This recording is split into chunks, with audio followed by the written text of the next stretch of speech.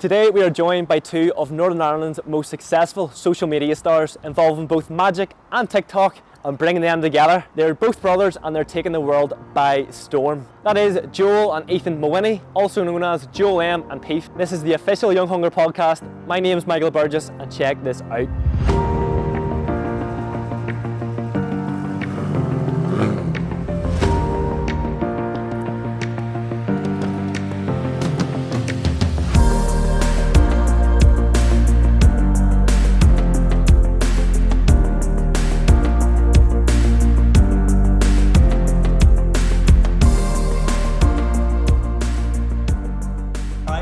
I'm Ethan Mawhinney. Wait, no.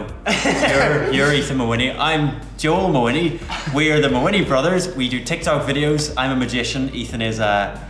Yes, man. That's right. And we are here with Young Hunger to have the crack. Yeah. About time. It is about time. Lads, welcome to the podcast. Thank you. Yeah. Welcome to my home. Yeah. You know, this is my first ever being on a podcast. I've done a few. This is my first time on a podcast. I have to send my apologies because my brother was meant to be here and I wanted it to be like the two brothers, you know, like Young Hunger and you guys, but he actually has COVID, so Johnny, apologies. Means you are the superior brother. Yeah, well, I'll not say that because I don't want it'll come back. Survival of the fittest. See, just starting here, I want to sort of throw some stats at you, right? Cool. Okay. And so at the time of this recording, so you've over like 20, I have 17, but I know it's 20 million followers on TikTok. This is what they tell us. Yeah.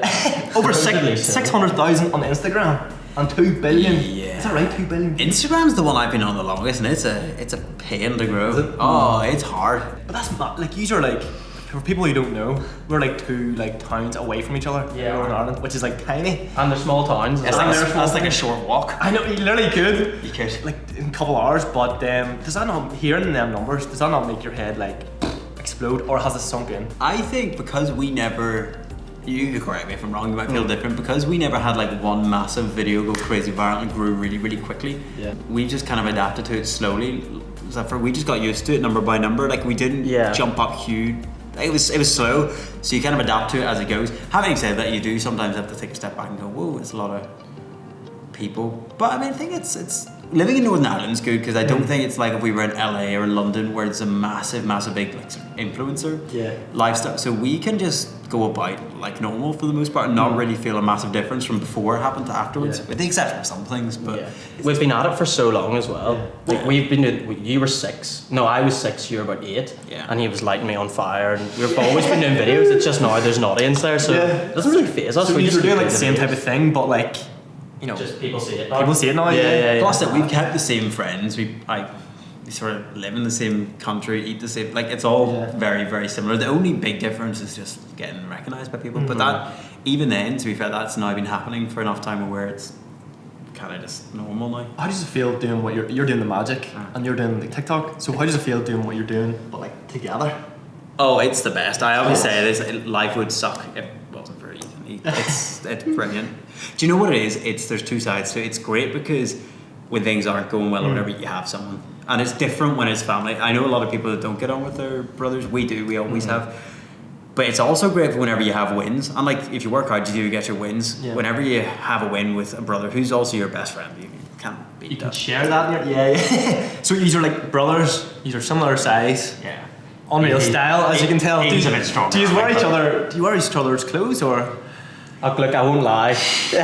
Everything that Joel buys, I'm kind of like, I keep an eye on it. Joel got himself a lovely Versace robe the other day. I did. And I came straight in. I was like, this fits I'm perfect. taking that there. I did with my brother. We went for coffee before this and we ran into some friends and they were like, Ethan, you smell fantastic. And he's like, yeah, thanks, it's Joel's. It's all Savage. It's my gear, yeah. That's all part of the crack. We share everything, to be fair. Like, I know it sounds really strange, how but tight these are, like how tight connected. And you have a sister as well, isn't it? Yeah. younger sister, she's just turned 18. Just turned 18. So she just finished her A-levels like a week ago. She's in Cyprus at the minute. Is she? Yeah. She's having the best time of her life. I'm jealous. He's not going, no? I don't deal with it. I'm not, honestly, this is the thing that people don't understand is because we do both work very hard, and it doesn't feel like work. It does a lot of the time, but I would much rather be doing this in Cyprus. 100%. Number one, I like the work, but number two, Cyprus 2-1. You go to uni and stuff, isn't it? I'm in Liverpool, and that means it's a nice wee trip for Joe if he ever wants to get away. Like, so. Yeah, I like Liverpool. It's good fun. How do you find going to uni with like the massive following? Does it like? It's kind of the same as here. Like, you get a few people who'll recognise you, obviously, in nights out and stuff. But most of the time, genuinely, I kind of stay in the house in Liverpool. Really, like I don't really venture out. You don't? No, I imagine you guys be like out partying until like 5 o'clock in the morning. We're really not. I mean, to be fair, you more so than me, but even then, you don't as much now. I maybe go out once every 2 weeks, to be honest. Like, yeah, I'll always go out for like lunch and stuff, or like I really like going charity shopping with my mates. Like, that's when I get my most fun. I'm like, okay, some cheap clothes that look nice, look cool. I was gonna say I go out about once a month, but that's probably not even true. Maybe a bit more now. COVID's over, but before then, Before COVID, would you have been like never? No, I would have been a bit more before COVID. To be fair, I would have gone out maybe 2 times a week when I was in Jordanstown, which again is not that much. Like, but I think I went out before COVID. I went out to clubs maybe 3 times total. My whole life. Yeah, that's like I'm not exaggerating one, but I just didn't like it. Is your like friends and things like not into that, or is it sort of like your own sort of? They are. Yeah. It's always you come out, and I'm like, nah. Yeah. It's very rare I say yes. Yeah. But to be fair, I love a pub and just sitting having a chat, but that's very different to like Derek Cards. I mean, even then, mate, there's just something about sitting having a wee yap. Yeah. And I didn't drink for years either, so that kind of put me off clubbing, you know. So you see, for like the first time I ever like came across you guys, I think Joel, you were on the TV, right? This is like 2 years ago. I can't remember the context, but my mum and dad were watching like BBC or something, and it's like, come on into the living room, and you might know this guy. And you were actually on the TV, and you were going around like primary schools doing like magic tricks. That's right. It was BBC One. That feels like forever ago now, because that was before lockdown. We filmed all that, but it came out during lockdown. How did you get into that then? Did you sort of? There was some persistence in that, because the TV studio I did it with was called Waddell Media. Great guys. And whenever I was 18, I just left school, and there was a lady brought me in. She was like, I would love to maybe do something with it. And she was really passionate about it. She thought there was something really great, and went in. The whole studio were like, no, it's not really what we're looking for. It's not a fit. Really? Yeah, and then 3 years later, sometimes you just have to wait these things out. 3 years later, they changed the tune. We went for it and did the series, but it was good. I remember that. Like, thank you. It was good. Like, it was good fun to film. Like, the one thing with TV now is I do like it and I want to do more, but it's a lot of work for like. It is a good reward, but I mean, it's. Put it this way: when the TV show went out, more people saw our TikTok that day than saw the TV show. Yeah, the TikTok story. It took us one day to do it. Yeah. But at the same time, the people who are watching the TV show are sitting watching you for 30 minutes. We're like a different audience nearly, It's a different audience, yeah. And locally it was very, very good to do as well. And I'd definitely do it again. Even the first time I heard of you, I was getting shown a reaction video that you were doing, and your brother was like lighting your t-shirt on fire. Rates the magic trick. Watch. Here we go. No. Watch. Fixed. What do you mean? What? That's a 10 out of 10. Yeah. So explain that. My t-shirt. I'm actually glad it was that one you saw, and not ones of me like. I used to have a YouTube channel, and honestly, the content was just based around Joel bullying me for camera. It wasn't. It was horrendous. Like, I would be like, hey, it was good though, because I was like, the reaction was like what I would react if my brother was lighting my t-shirt on fire. I've done all sorts of things. Like, I'm genuinely glad that's probably one of the best videos you could mention, rather than me throwing up milk in the bath. Do you remember filming my favourite forfeit one? FIFAs, all that sort of stuff. I used You know to what do. the worst one was? I was gonna say it was the Nerf gun one. There's one worse. We did one where we got a Nerf gun, but we stuck needles in the end of the Nerf gun and like just shot it at Ethan's body. We drew a target on him. That was one of the worst. The worst one. You ever heard of the game Pop Up Pirate? Oh, I forgot about You that. put the swords in. Ethan stuck a nail and like looked down and did like roulette, like pushing the pop-up pirate thing, and there's footage of Ethan just getting a nail like straight up. I used to do anything, just be like, I think again, being from a small town, like we were bored quite a lot of the time. That's why as soon as we got phones, we were like, right, let's make something funny, even just for us to look back on. Like, it would maybe take us 30 minutes to film it, and then Joe and I would spend like 2 hours just laughing our heads off editing it. Like, so. That's more it. Like, we actually, and I think that's part of the reason that we kept at it for so long, is because people say this like, oh, just do it because I love it. We actually that's what we were doing when we were bored for fun, and we still do it now. There's more structure to it, maybe more now, but that was like, if we had nothing to do, or even if we had stuff to do, we'd choose to do the funny videos. Yeah. What was there was another one that was like, you were reading the comment, it was like pour like bath water on yourself. That was the funniest one because it like switched to like you like throwing the bath water. Oh man. Yo, run the clip. You have to run this. To explain it. Pour bathwater on me next. I don't know why anybody would want me to do that. But I mean, those ones, I think I was hoarse laughing after the oil one. It's so funny. We were supposed to film the rest of the day, so I was supposed to do that video and then do 3 with Joel. The oil glazed over my eyes. Joel, I can't see, man. The expression was real. The reaction was real. And I think it's one of the one times, because if Ethan's ever like, Joel, I don't want to film, sometimes I'll be like, okay, like take a day off. Most of the time I'll be like, Ethan, don't be a pussy, like come here and film, we have to work. But I remember with that one, I just looked at him. He looked like Gollum. Like it was horrendous. Like, you could barely open your eyes. It was like you had another layer of skin over your body. Always, I was like, take the day off. I was stitches. Have a look at that there. There's no way I'm doing that. So it was very good. It was very good. Well done. There was one with coffee where Joel poured loads of coffee over me. It got taken down for waterboarding. TikTok took it down for waterboarding. Are they strict? Or they didn't even know you could. Yeah. Oh, we get stuff taken down all the time. You have it back now. Have it back. Thanks, TikTok. Yeah. You should it. It's no harm. Like I'm doing it to myself, and someone copying that's. I did kind of have a moment of realization though, where.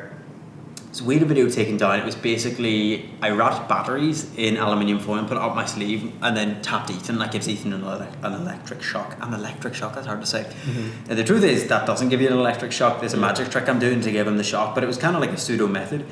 Until I realised that if you actually wrap aluminium foil around batteries, it apparently actually can like burn you. Oh, can it? So I then was like, if a kid did try to do that, they could actually hurt themselves. See, we have to be a little bit more careful. Did you get burned? That like no. Far away. Yeah, he did. We have done some not very sensible stuff. I nearly burned the house down the other day with fire for a trick. Yeah, we need to be more careful. It comes with it though. Like you know, you have to keep going bigger. Yeah, you get more extreme as well as time goes on. You figure out which works and which doesn't. What can we do next? Even like reeling it back a wee bit. So where did like the magic start for yourself, and then where did sort of the TikTok come in for you? Well, the magic started for me when I was 5. So my papa, when I tell this story, it always sounds like Papa's dead, and it's a really sad story. He's still alive and kicking around. But he's a big fan of Paul Daniels, magician. So when we were on a family holiday in Florida, you won't remember because you were 3 or 4.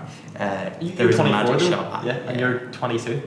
So 2-year difference. But you know how it's like 2.5 and 2 school years difference, isn't it? Yeah. But there was a magic shop in Florida, and went in, and I was just like, whoa. And then Papa loved magic, so he got me a few tricks, and then started practicing them, and that was it. Rabbit hole, just straight down, never stopped. And I think I just practiced on Ethan a lot. Did you just be like, this is my thing, like this? That was all I ever wanted to do. Never finished off it. No, I think that's one thing we were talking about recently. Is I always struggle to understand if someone like. Not was lazy, but if they just weren't going after something, I'm like, why would you want to not really go at? But I forget that I figured out what I wanted to do very early, purely by luck. Like it had nothing to do with me being talented or smart. It literally was I just found the thing I liked early. So that gave me something to work hard at. And this is something we always talked about. Is Ethan was like, Joe, I would love to work really hard, but I actually just don't know what to do. What it is. And I think that's probably a lot of people's problem. So I'm very lucky there. I figured it out quite young, but yeah, I don't remember ever not liking magic. Minecraft took over for like a year at one point when I was 13, but I quickly bounced back. You know, I wasn't very responsible. You had a few YouTube videos about Minecraft. Had a channel with myself and Christopher. Used to make videos. Again, it was always like looking back.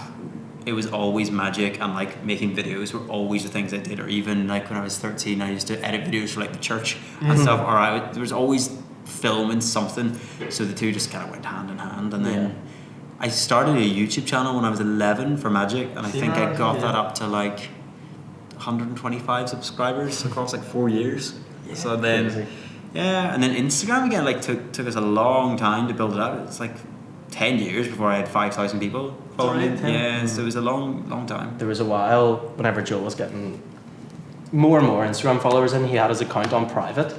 And I remember this to this day, my first job for Joel, or what I saw being my first job, was accepting all of these people. I would sit in a coffee shop for 2 hours just tapping away. Like, turns out you can actually just take your account off private and it will accept them all like that straight away. Sure. Didn't know that. So you had to accept genuinely, I think 100,000 people Yeah. manually tap.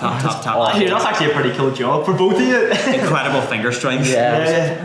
He actually was doing it while we were in one of my first meetings with BBC for the TV show. Ethan was just sitting in the corner looking really antisocial. He was like, "Gary, we'll get through these." Yeah. I was like, "Sorry about my brother. He's talking." He just does that. Like, That's him. Yeah. Well, TikTok probably started for me about 6 months after Joel kind of initially blew up. You were over lockdown. Joel had maybe got up to 500k. Yeah. On TikTok, and that's when I kind of started to push out my own content. Like 2 years ago on COVID, you were on 500k. Yeah.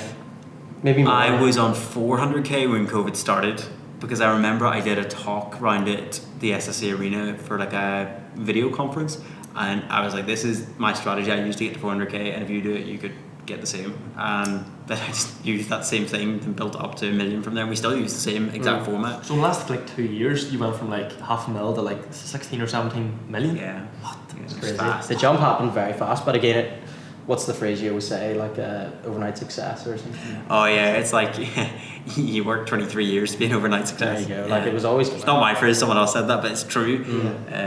Because again, that was 10 years of me putting out videos and nobody watching. And like again, people forget. Like I started on TikTok on 02.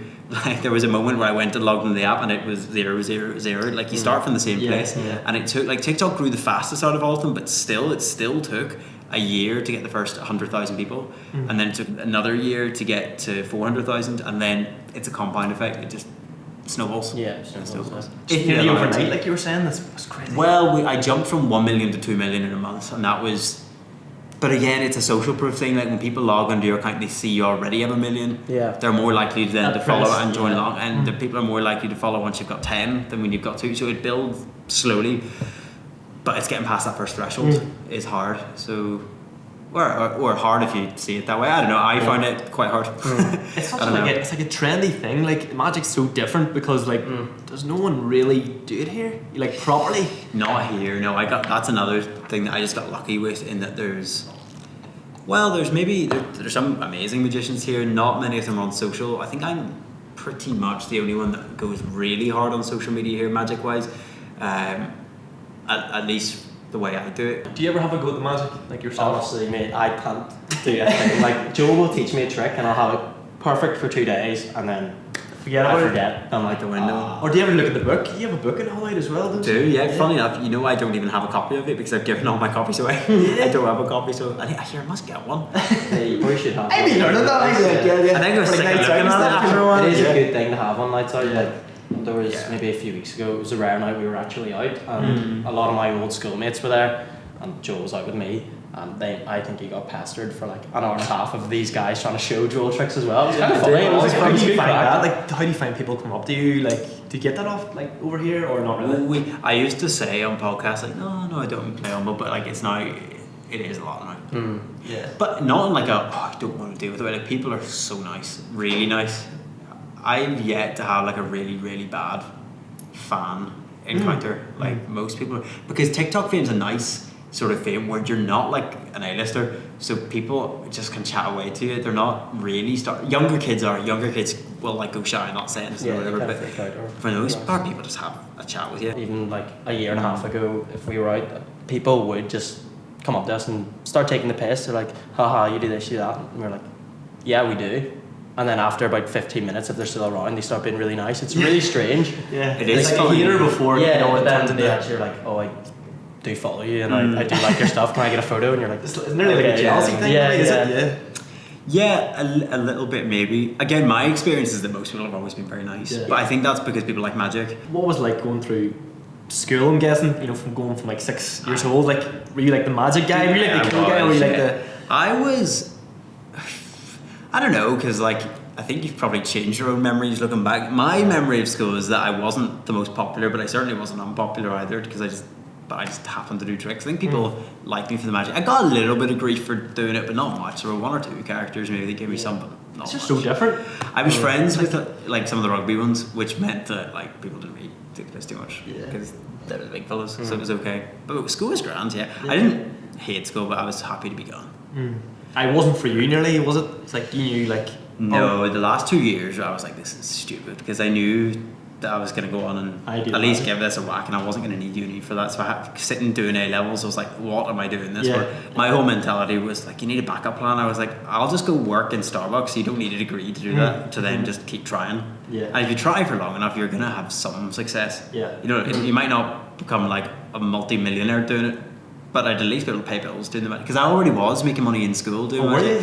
Because I used to work, actually right around the corner, there's a cabaret place. I used to do shows in there. So I was like, well, I could just get another 2 of these and then be set. So that was always, and it was kind of naive probably as well, to be fair, but you need to be a wee bit. What were your like school experience? Were you like... I loved school in some ways. We both went to an all boys school, so it was a lot of fun. Yeah, same school, Bangor Grammar. I had quite a lot of really close friends in school who went to different schools though as well. So Sullivan, I always knew they were going to be my best friends because I saw them outside of school hours on the weekend and stuff. So I would still be really close with them now. But people from school, I don't really see that often. I would have been in most of the sport teams as well. Not that it was any good, like, but I would have been around with the sporty ones. So same for me. Like all the teachers were nice, and I was just kind of in the last year. I was kind of fed up as well. I think my attendance was like 61% in upper sixth. Like we we still do in Bangor. I live a 2-minute walk away from the school, so if I didn't have anything last period, I'd just walk home at lunch and get out of school 3 hours early. It was great. So home lunch, home time basically. What about like you know when you get like careers advisors and like your parents probably and your friends be like you need to do like a normal job, and you're probably saying you want to do the magic, and you're probably saying you want to be doing this whole thing. How did they take it whenever you were like... Well, that's why I'm laughing, because I remember that conversation very, very well. And do you know what? My careers teacher, like she was grand, but like she just...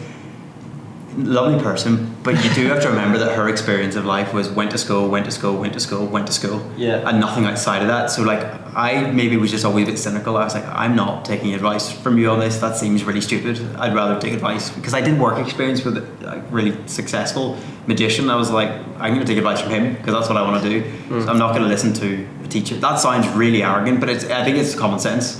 Like you knew, like, don't go to your plumber for medical advice. You know what I mean? That's kind of the way I saw it. And she was sitting there, she's like, right, you need to apply to these unis, and I'm like, but why? I'm not going to uni. She's like, yeah, but you need to for your plan. I'm like, but I know I'm pressure of like people, or was it like not a little bit of pressure? It was more just kind of no. It was more just annoying, because I was like, it's a lot of effort to sit and apply for uni. So in the end, I actually just picked 3 unis, applied for them all, just to get her to back off. And again, it comes across as arrogant. Like I knew I was going to be success. I didn't. I just knew I didn't want to go to uni. Can you imagine? Mum and Dad were always really good as well. They supported from like no pressure on Joe. That was the other side of it as well. As I was like, why are you giving me pressure that my parents aren't even giving me this? You know what I mean? They've probably seen the potential nearly as what what you're doing, the shows you're doing. The other side of it as well was, by the time I was left school, I was probably bringing in as much as like a teacher was making at that point, just from doing shows. So maybe you could show them like this is what I'm getting. So it was like I would be like, no, but like this is already working, and you'd be like, no, but like you have to. I'm like, it's not a safe job. But you're not listening. Like, you know what I mean? They shouldn't be secure. You should be on your toes at all points. Always. I'm trying to say it in a way that doesn't make me sound big-headed, because I never had any actual self-belief, but I always knew I'd be able to bring in like enough to be able to live off doing it, because I already was from a young age. So it just seems silly to doing, like, might as well go for it. That was the other side as well. It's like this is all I want to do, so why am I like wasting time? You know. And you were saying about uni and stuff. I was never even forced to go to uni. I went to Jordanstown near Belfast and hated it, dropped out and took 2 gap years, and there was no pressure from mum or dad being like, you've got to go to uni, you've got to do this. I kind of made the decision when COVID happened. I was like, right, I would like to go away, I would like to live by myself, and uni kind of allows me to do that. But now there's no pressure on me to really do. Again, Joe was very lucky. He knew, not even lucky, just you knew what you wanted to do. I still to this day am you're getting kind of figuring I'm definitely more on the right path. But a lot of people, like we're 22, a lot of people like still don't know. Even after uni, they're like, that's fine. That's the other side. Like I think people don't know what they want to do. It's like, of course they don't.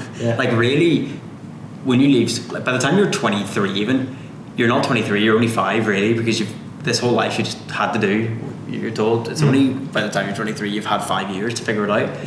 Like how are you supposed to have your whole life figured out in 5 years? That should be like your testing period. So it's very rare, unless you know exactly from a young age, of course you don't know what you want to do, and that's okay. Like that's fine. You can pivot.